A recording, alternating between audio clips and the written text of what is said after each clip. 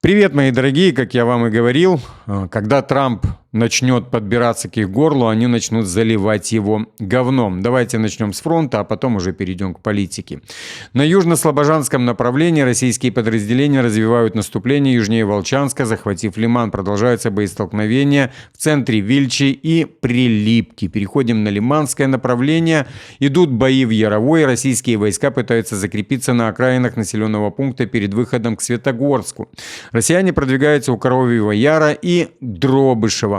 Продолжаются бои за Лиман, ВСУ пытается контратаковать. Переходим на Днепропетровское направление. Продолжаются бои за Гуляйполе. Российские войска продвигаются к центру города. Западнее Гуляйполя россияне бьют фабами по населенному пункту Залезничный. Обстановка в Андреевке и Герасимовке без изменений. Переходим на Северск для того, чтобы понять, как все развивалось. На северном фланге к 22 ноября российские войска атаковали со стороны Северского Донца, оттеснив ВСУ с территории Платоновки. Это позволило армии России взять под огневой контроль трассу Т-05-13 и перерезать последний маршрут снабжения гарнизона Северска. На южном фланге направления российские подразделения к 28 ноября пересекли реку Бахмута и зацепили за окраины Светогорска-Покровского. После нескольких дней боев им удалось прорваться в центр населенного пункта. В то же время российские силы прорвали рубежи обороны украинской армии к востоку и к югу от Северска. Позже россияне достигли центра города, подняв флаг над местной школы, а также продвинулись в окрестностях подстанции Северск-Тяговая. После этого оборона ВСУ в населенном пункте фактически рухнула. Российские войска форсировали Бахмутку и стали продвигаться к западным окраинам Северска. К 11 декабря они захватили территорию города, подняв флаги в разных его частях, в то время как силы обороны отошли на высоты западнее Северска. После захвата города российская армия активизировала атаки у Закотного на северном, а также у Васюковки на южных флангах направлениях. Поехали дальше. Эксперты отмечают, что захват Закотного и Васюковки является для России приоритетом для дальнейшего наступления в сторону Краматорской агломерации, без угрозы попадания в огневой мешок у высот. Дорогие мои, там у нас по Купинску. Я не буду комментировать, потому что там много вбросов идет. И нужно, знаете, когда пыль уляжется, потому что некоторые говорят, что они там воспользовались туманом, ну и так далее. Поэтому ждем, когда уляжется пыль, и тогда будем разбирать эту ситуацию. Потому что сейчас много хайпа, приехал Зеленский, там 500 метров одни пишут, другие 1,5 километра от именно ЛБС, да, там, от позиций российских. Вот, не знаю, там видео записывал, такое, мне это не нравится, показывать его вам. Всем настроение будет портить. Погнали. Пока Украина воюет, Европа в безопасности. Это глава Мюнхенской конференции по безопасности заявил. Да, я взял вот этот вот короткий его спич, там было дальше еще что-то, для того, чтобы те, кто там очень хочет русню мочить, понимал, за что он воюет. За то, что они там себе на конференциях встречались, чувствовали себя шикарно. Вот ты должен умереть за европейца. Уже не за свободу свою, а вот за Европу. Европа даже денег не может найти на тебя. Ну, ты там босый, замерзший и нормально. Ну, только там есть нормальные нацистские подразделения, которые нормально себя чувствуют, а ты там не очень будешь себя чувствовать. Центробанк сообщил, что подает в суд на бельгийский депозитарий Евроклир. Иск о взыскании причиненных Банку России убытков подается в арбитражный суд Москвы, заявил регулятор. Как утверждает Центробанк, Евроклир своими действиями причинил вред, обусловленный невозможностью распоряжения принадлежащим Банку России денежными средствами и ценными бумагами. Ну, это еще одна причина, почему Макрон летал в Китай. Для того, чтобы Китай не начал забирать свои деньги. Это чтобы вы понимали. То есть Макрон туда летал для того, чтобы уговорить Китай там распополамить Россию. И также вот, когда они вырвут деньги оттуда, да, а Китай не согласился. Мы сейчас услышим, что арестованы китайские деньги также. Поехали. Как я и говорил, говномашина начнет работать, как только Трамп будет подбираться близко к их горлу. Убрали Дрискола.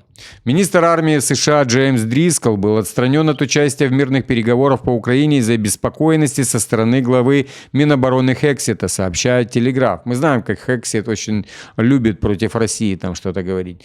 По информации, Дрискол – это лучший друг Джей Ди Венса. А Джей Ди Венс ненавидит Зеленского.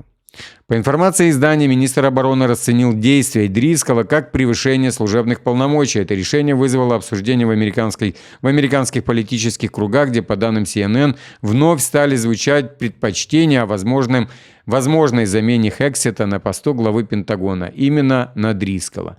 Источники отмечают, что активная роль Дрискола в дипломатических контактах воспринимается как стремление расширить свое политическое влияние на фоне внутренней напряженности в оборонном ведомстве. Так Хексет не был никогда военным, можно так сказать. Он какой-то тренер там. И, по-моему, насколько я знаю, он там и стендап-комик какой-то тоже. Но он к этому никакого отношения не имел. Поэтому ему как-то вообще пофиг. Дрискол, да, он там военный от мозга костей.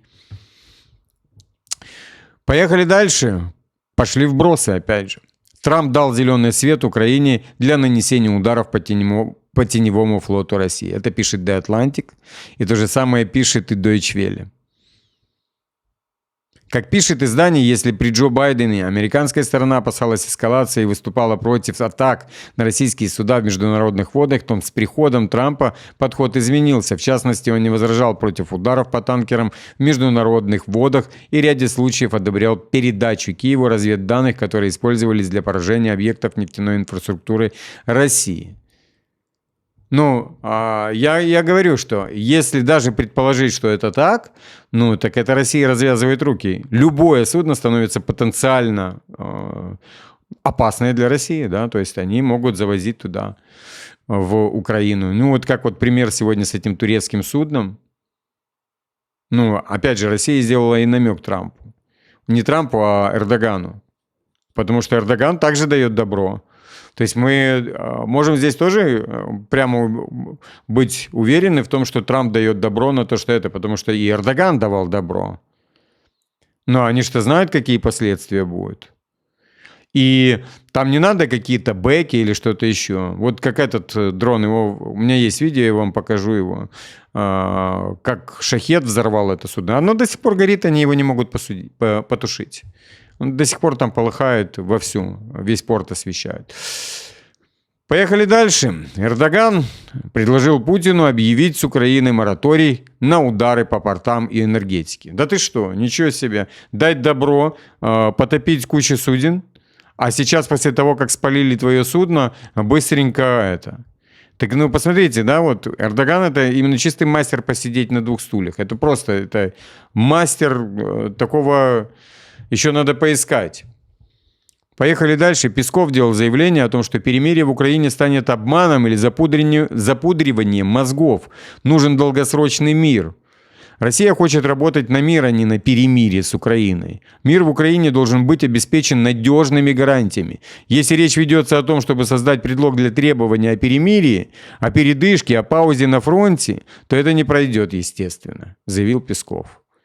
Прекрасно. Ну и вот теперь, когда, знаете, расходятся мнения, да, когда мы слышим о том, что Трамп дал добро, и тут вот Кэролайн Левитт делает тоже заявление о том, что Трампу надоели встречи ради встреч по Украине. Он не хочет больше разговоров, он хочет действий, заявила она. Она добавила, что Трамп крайне разочарован обеими сторонами. А при чем здесь Россия, я не понимаю. Ну, это его тренд такой. Чтобы, опять же, знаете, это его мягкая игра, можно так сказать. Чтобы никто не говорил, что он на стороне России. Знаете, вот какая у них интересная вещь. Россия для них это тирания, и Китай также, да, потому что там нету демократии. Ну, вот этого варианта, да, там феодальной демократии, можно так сказать. Вот. Ну, Иран для них, Беларусь для них, да, там все это тираны. А свободный мир, то есть демократический, должен бороться с ними. И вот они его хотят уличить в том, чтобы... в том, что он наоборот... покрывает тиранов, а не борется за демократический мир во всем мире. И если они его поймают на этом, они начнут там слушания в Сенате и так далее. Короче, начнут ему там импичмент выдвигать и так далее. То есть вот для чего они хотят это все сделать для того, чтобы его поймать на этом, дорогие мои. Поэтому он их и обыгрывает. Он выбивает из-под каждого вот так вот ножки стула постепенно там из Зеленского. Ну вот смотрите, Мелани убрали, да, из этой всей игры. Испанцев убрали из этой всей игры. И так вот начинают по чуть-чуть убирать. То есть мы видели Трампа, которому обещал Зеленский, что он там нанесет какой-то супер урон. Да? Вот у него вторая идея появилась – бить по судам. Ну так это последствия мировые. Ну, топят-то уже суда турецкие, не украинские. Что там в Украине? Какой там флот? Раз-два и нет его. И то его, наверное, весь там подтопили. Ну это же самое легкое – начать топить суда. Так и будет, если они уже в Каспии начали суда бить. Ну так в Каспии там и турецкие суда ходят тоже. Ну, все это легко можно там обусловить. Любое судно можно косвенно допустить, как они, да, говорят, что это вражеское судно и помогают, как они там рассказывали о российских судах. Так вот я и говорю, что если Трамп начнет показывать это, они включат эту говномашину и начнет его душить. Вот вам видео Шахеда, который летел в порт и в этот корабль смотрит.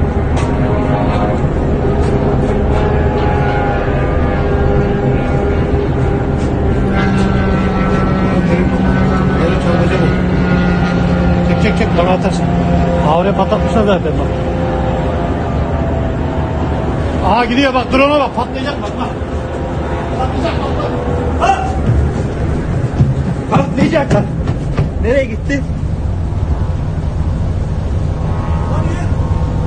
O tarafa git.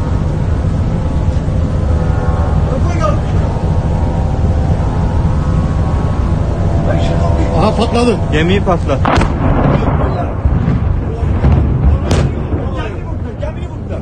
Gemini vurdu, gemini. Ha, uля. Ёбаный в рот.